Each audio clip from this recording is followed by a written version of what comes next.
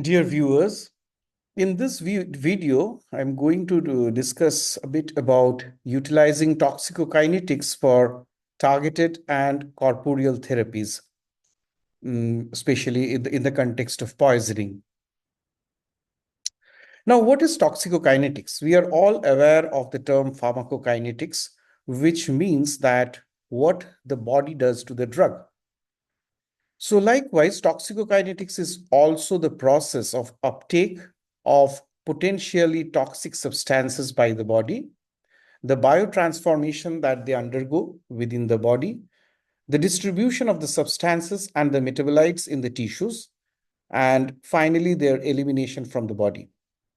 So like pharmacokinetics, there are sufficient similarities in that absorption, distribution, metabolism, and excretion is also exhibited by the toxins, just like drugs. And drugs, in fact, in high doses becomes are toxins.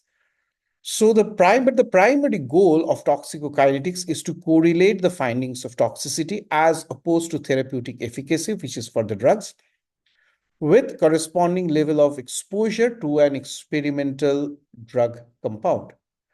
And because of this fact, there is dissimilarity also, because normally when we study a drug and determine the pharmacokinetics versus when we try to relate to the toxicokinetics, the doses that are applicable for toxicokinetics are much higher than what would be considered as therapeutically relevant. And administration of these drugs can yield distinct kinetics from those of pharmacokinetics. That is, if a drug behaves as a zero order kinetic in its pharmacokinetic dose, in its toxicokinetics in the high dose, it may become a first order kinetic. So the kinetics may change. So this is in fact a dissimilarity between pharmacokinetics and toxicokinetics. Although there is a similarity in that both try to correlate with the corresponding level of exposure. One, the effect of toxicity, the other, the effect of therapeutic efficacy. Now, whenever we discuss in terms of in poisoning, the first thing that arises or the discussion among the agents that we use is the process of urine alkalinization.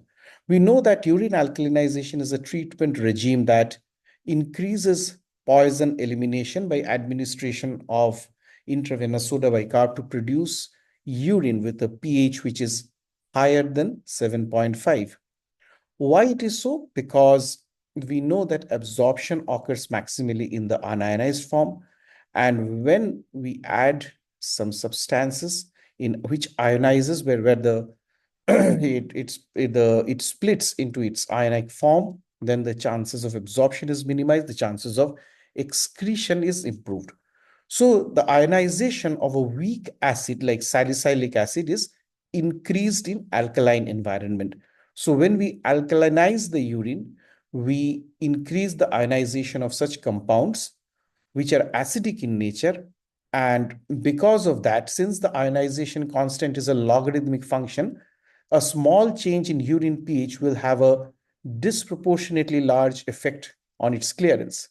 So salicylic acid is one prototype. The same applies for other weak acids. Hence, elimination of salicylic acid by the kidneys is increased substantially in alkaline urine. So the same theory would apply also for acidic urine if the substance is the ionization is increased in an acidic environment. Now, the effectiveness of urine alkalinization depends upon the relative contribution of the renal clearance to the total body clearance of the active drug. So if only 1% of an ingested dose is excreted unchanged in the urine, and rest 99% of it is excreted changed, then even a 20-fold increase in renal clearance will have no clinically significant effect, because everything will center around that 1% of the ingested dose, which is actually eliminated by the kidneys in the unchanged form.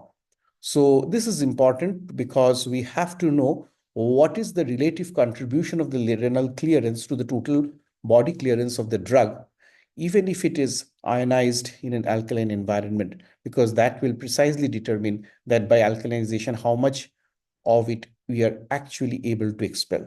And as I said, for those drugs which ionize in an acidic environment, urinary acidification with ammonium chloride or ascorbic acid can be used, and the same has been proposed in various poisonings, amantadine, amphetamine, quinidine, or phencyclidine poisonings also. Now, if we have to know the in salicylate as a prototype, if the salicylate level is very high, that is more than 40 milligrams per deciliter in symptomatic patients, when indicated, this should be administered as early as possible. And if the patient is in the emergency room, then it can be initiated immediately. So the indications of urinary alkalization includes those with salicylates, chlorophenoxyherbicides, chlorpropamide, fluoride, sulfonamides, methotrexate, phenobarbital, but there are also contraindications like uncorrected hypokalemia, because that can precipitate into life-threatening hypokalemia too, established or incipient kidney failure, pulmonary edema, cerebral edema, pre-existing cardiac disease, where we cannot go for urinary alkalinization and the results are obvious.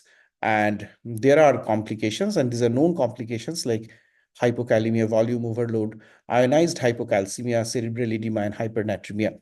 So we will have to be particularly careful about these complications before going for urinary alkalinization in patients with toxicities. Now, there is certain protocol which is followed, and this protocol, of course, differs from place to place, but the common identifying features of this protocol for urinary alkalization includes check electrolytes, burn creatinine, glucose, etc., correct existing hypokalemia and serum.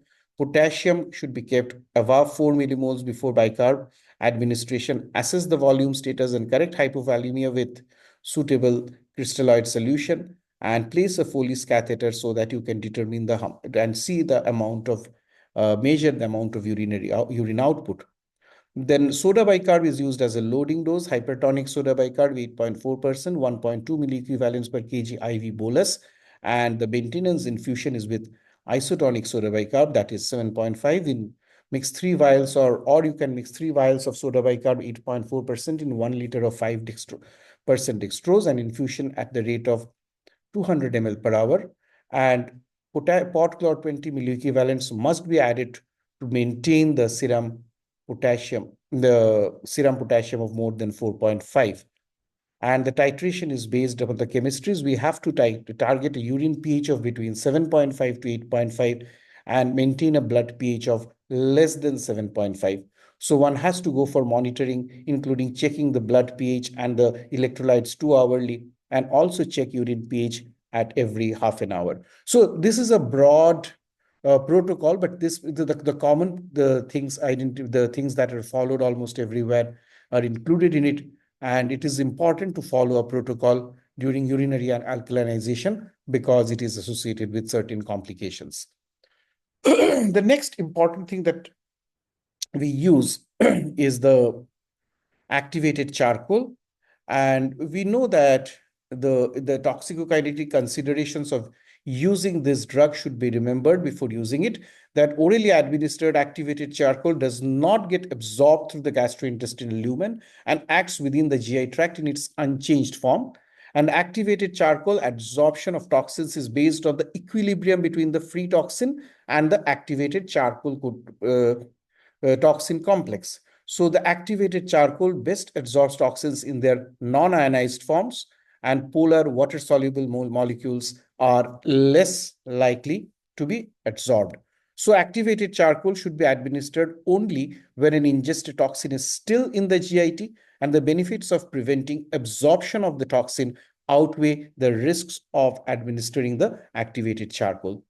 So the toxins for which we can use multiple dose activated charcoal, these includes carbamazepine, disopyramide, phenylbutazone, quinine, dapsone, nadolol, phenytoin, salicylates, digitoxin, phenobarbital, etc. And toxins that are not bound to activated charcoal and hence multi-dose charcoal or even single dose should not be used include iron, heavy metals, hydrocarbons, lithium, potassium, and other small ions, and lead. You have to remember the dose of an activated charcoal, because when the dose of the ingested toxin is known, the recommended activated charcoal should be in 10:1 ratio to the ingested toxin, but more often than not, it is unknown. So when the amount of toxin ingested is unknown, or it is impractical to achieve a 10:1 ratio, then single dose activated charcoal should be administered at a dose of 1 gram per kg. And multi-dose activated charcoal, which refers to the administration of two or more sequential doses of activated charcoal for enhanced elimination of the ingested toxin.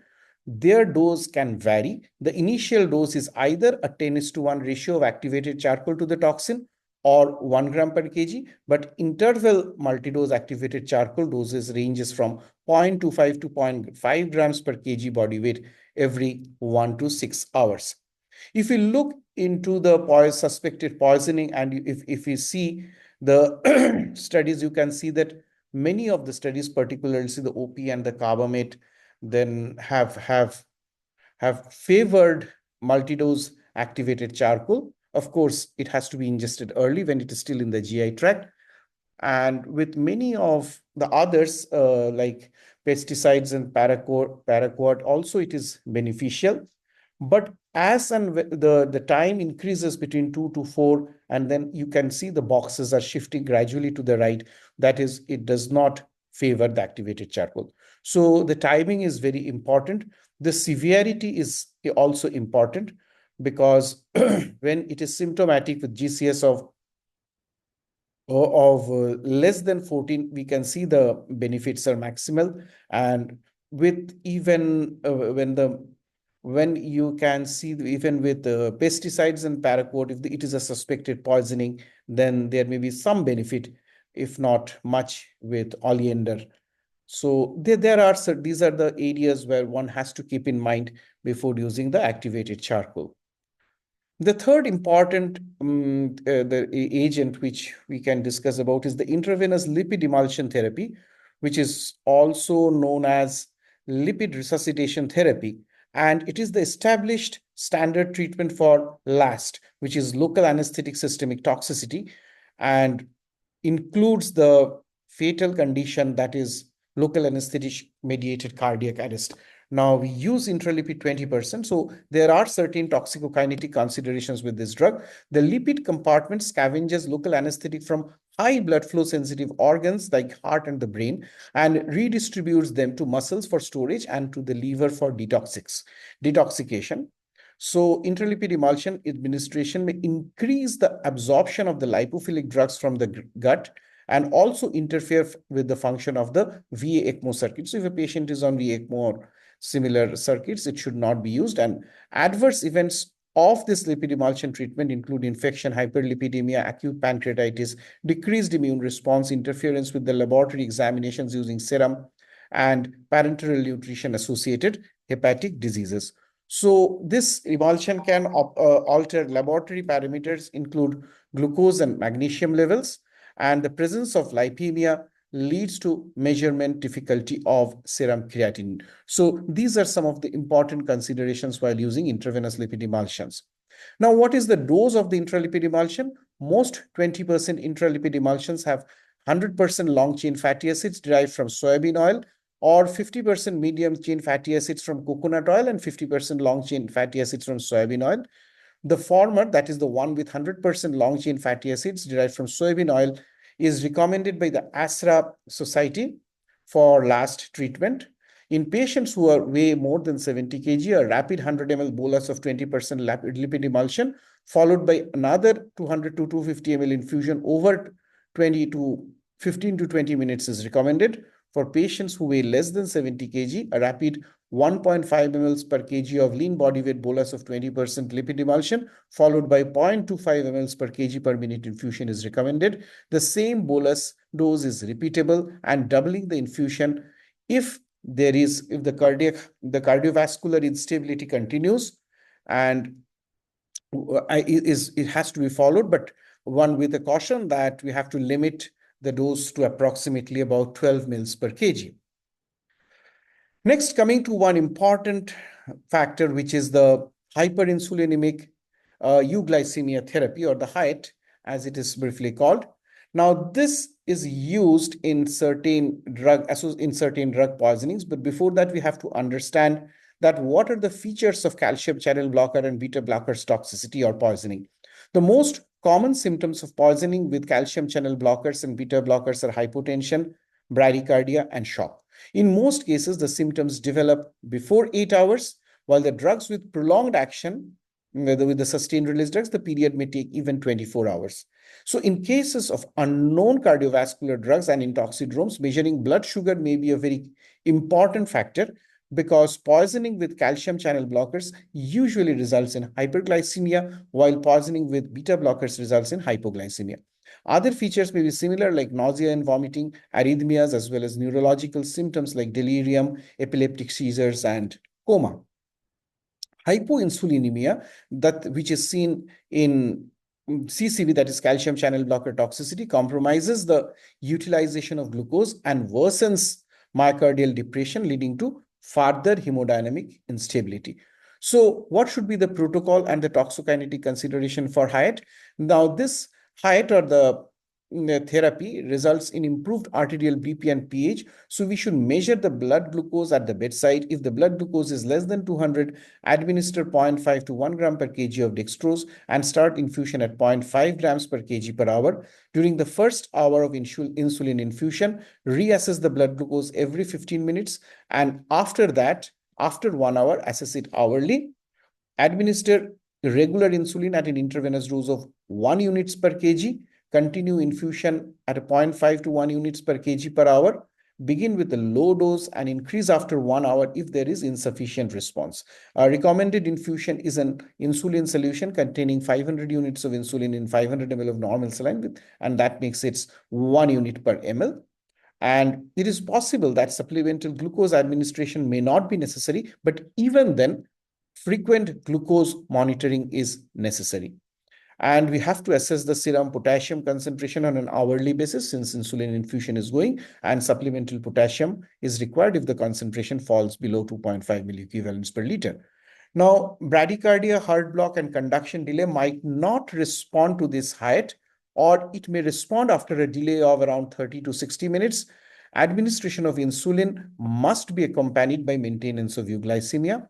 And one has to remember that not all patients who receive insulin infusions require supplemental glucose. The next agent that I want to talk about is octreotide. Octreotide has been used since 1993 for the treatment of hypoglycemia, which is caused by sulfonylureas. And we do see a lot of sulfonylurea associated hypoglycemia or sulfonylurea poisoning as well. Now, what should be the protocol? Protocol for octreotide therapy in treatment of sulfonylurea-induced hypoglycemia. Again, we have to measure the glucose at the bedside. If the glucose is less than 40, we administer D25. If possible, the patient should be fed glucose and carbohydrate-rich food. Then we reassess every 30 minutes, followed by for 1 hour, followed by hourly for 2 to 4 hours. If parenteral dextrose is required due to hypoglycemia, we have to administered octreotide 1 mics per kg to a maximum of 50 mics per kg, administered subcutaneously every 6 to 8 hours, and we repeat after every 8 hours. And at least 3 to 4 doses of octreotide should be administered, and it should be discontinued 8 hours after the last octreotide administration after resuming blood sugar glucose on hourly basis. And if hypoglycemia recurs, then administer parenteral glucose, and we have to resume octreotide therapy. Now, drug administration is as octreotide acetates, either as subcutaneous or long-acting form. Compared to subcutaneous octreotide, the bioavailability of the long-acting release form is relatively low. It is around 60%. And depending upon the sulfonylurea dose and its half-life, we have to give the dose of the octreotide. Monitoring should be continued for at least 8 hours after discontinuation of dextrose and 24 hours after the last dose of octreotide. And it must be used in combination with dextrose to maintain the normal blood glucose levels. So there are a lot of indications for all of these drugs. Multi-dose activated charcoal, whole bowel irrigation. Although for whole bowel irrigation, we don't have any clear data, but we have to remember that it is contraindicated when there is aspiration risk, when there is intestinal hemorrhage, or when there is hemodynamic stability. And we know that there are a lot of uses of importance of antidotes in critical poisoning. Uh, for beta blockers, CCBs, digoxins, and local anesthetics, we have to use atropine. And in adult, the dose is 0.5 to 1 milligram at 3 to 5 minutes, up to 3 mg maximum. And likewise, there is role of calcium chloride in calcium channel blockers toxicities. Calcium gluconate also have the same role. The Fab antibody, the digoxin immune Fab in case of digitalis poisoning or digoxin toxicity. Glucagon in case of beta blocker and CCP toxicities also have a role, and likewise so on and so forth. Thank you very much. Hope this is useful for the students mainly.